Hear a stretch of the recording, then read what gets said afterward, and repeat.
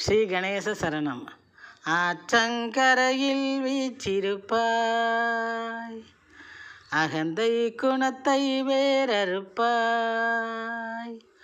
ஆற்றங்கரையில் வீற்றிருப்பாய், அகந்தை குணத்தை வேறறுப்பாய். சீற்றத்தை நீயும் தொலைத்திடுவாய், எங்கள் சிந்தைக்குள் என்றும் நிலைத்திடுவாய். சீற்றத்தை நீயும் தொலைத்திடுவாய், எங்கள் சிந்தைக்குள் என்றும் நிலைத்திடுவாய். எங்கள் சிந்தைக்குள் என்றும் நிலைத்திடுவாய். ஆற்றங்கரையில் வீற்றிருப்பாய், அகந்தை குணத்தை வேறறுப்பாய்.